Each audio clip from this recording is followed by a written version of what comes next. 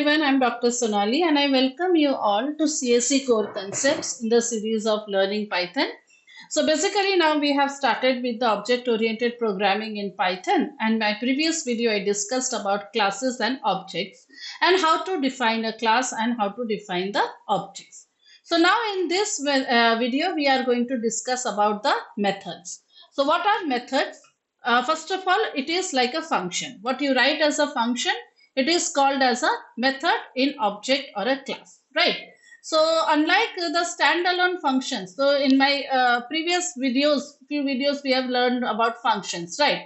So function, suppose if I'm writing a function f1, so I can directly call this function by name f1 wherever I want to do it, like print function, etc., right? So here you have to call this method using a dot operation, right?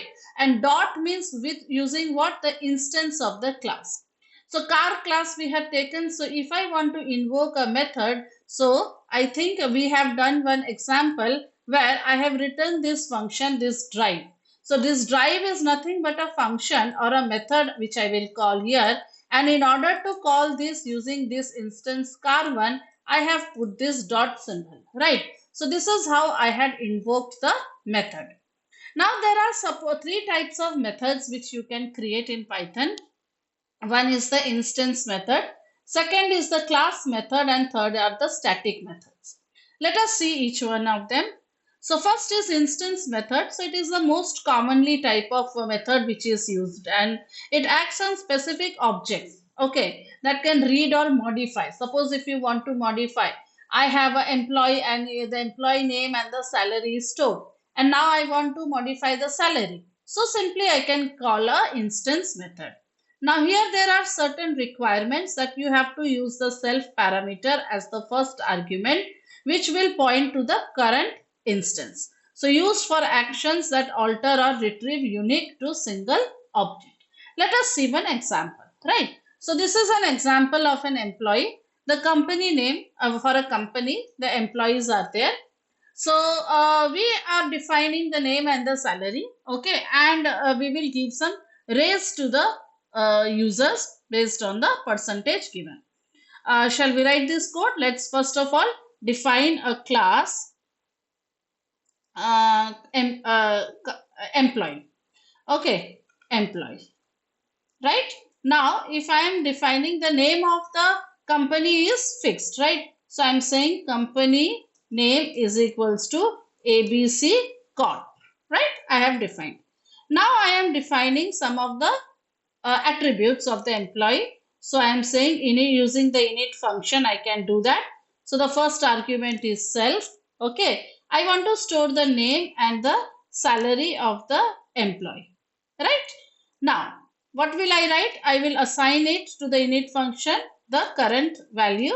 So self dot name is equals to name and self dot salary is equals to salary. The current instance will be assigned these values, right? Now let us first create this, right? And let me write a code. I am creating a employee E1, okay, emp1 is equals to is a instance of type employee, and I will pass some parameters. Let's say the employee name is Anita and her salary is 1 lakhs. Okay, this is my value. And I want to print, what I will print? Self dot, sorry, I will print employee 1 dot name and employee 1 dot salary, right? So let us do it. Now you can even print this ABC Corp also, not a problem here, right?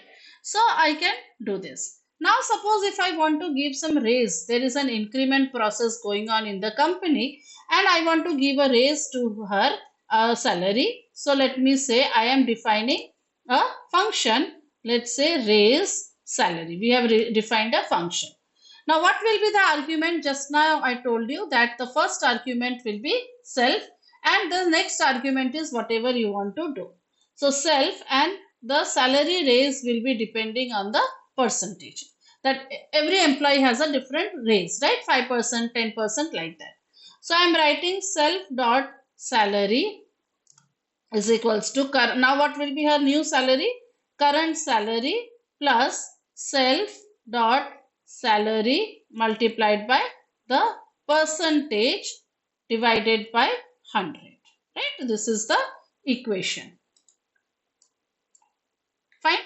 Right. Now what will I do? I will return. Obviously, this is similar to write a function only, right? So obviously, we have to have a return statement. So either I can return or I can print. So I can say return f self dot name. Yeah, this is a variable. So I will have to write it in curly brackets. Okay, self dot name new salary is, what will be the value? Self dot salary. Done. Right. So my function is being created. Now what will I have to do here? I have to give the percentage as a argument, right? So instead of printing over here, what will I do? I will call emp1 dot raise salary, and what will be my argument? Let's say we are giving her a 10% raise. So you can see Anita's new salary is 1,10,000 rupees. Understood, everyone? So what did I do here? I have called a class. Now this is an instance method. Instance method means what? It is working on the instance of the classes. So employee 1 dot raise salary. This way I can create as many classes or methods as I want to. Okay. The next type of class is the class methods. Methods is the class method. So it is bound to the class, not to any individual object. So it is a class method, right? So to differentiate between the instance and the class method, we are using these arguments CLS. So CLS is the first parameter which will point directly, it will define that this is a class method. And the second is we need to write this @class method so that we can make the interpreter understand that this is the method which is a type class, right? So let's say the same employer, that is the company name. So this is something we have already discussed, right? Now I am defining a class method, and this method is my class method, not instance. So I want to change the name of the company. So first argument is CLS, and I have to write the new name. So CLS dot company name, this attribute can be used, right? So CLS dot company name is the new name, right? So how can you call it? Let's see. So in order to call, simply you can call it directly, no problem here, right?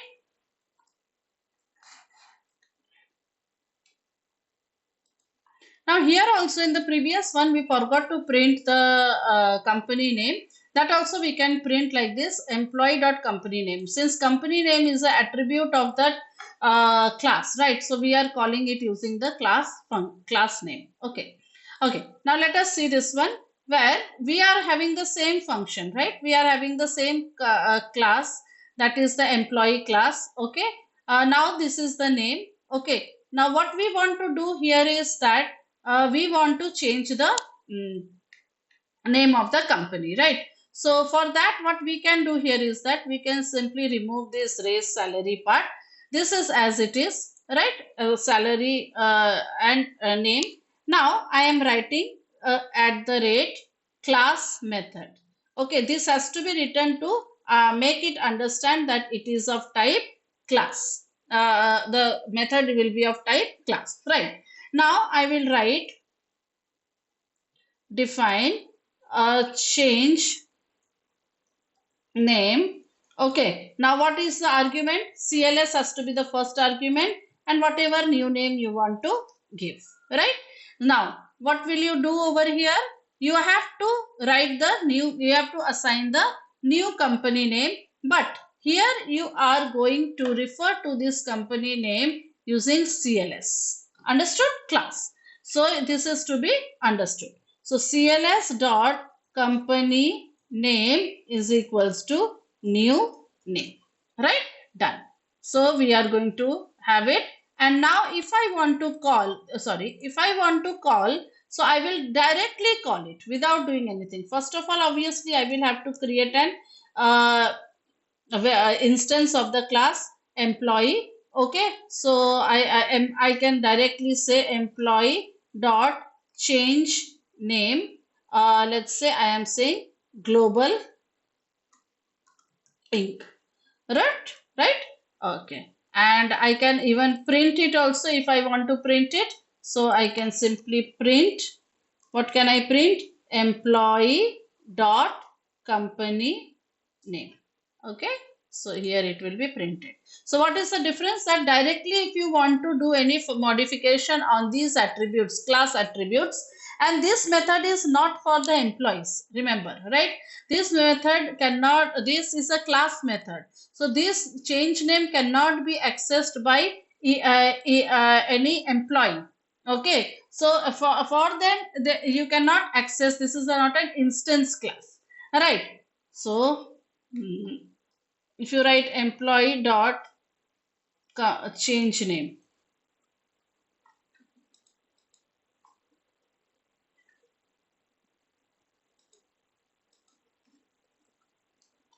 okay, so global dot inc. You can see here they are getting an error, right? None object has attribute change name. It is not recognizing because it is a class method. Okay, now next type of methods is the static method. It is simple like your functions, what you used to write, isolated functions, but they are defined inside the class. That's the only difference, right? And they have to be also marked with @static method so as to differentiate between the class method and the instance method. So I have a class student, I'm simply writing static method. So I just want to find out that whether he is passing or not. Now this function has no, here I have not defined any arguments called marks or self, nothing I am writing. Simply I am calling one function is passing, it is a static method. So it does not matter, right? Let us see. It will just act as a standalone function. So I am saying class student simply. And I am defining one, since I have to define this, I have to write the decorator. It is called as decorator static method, right?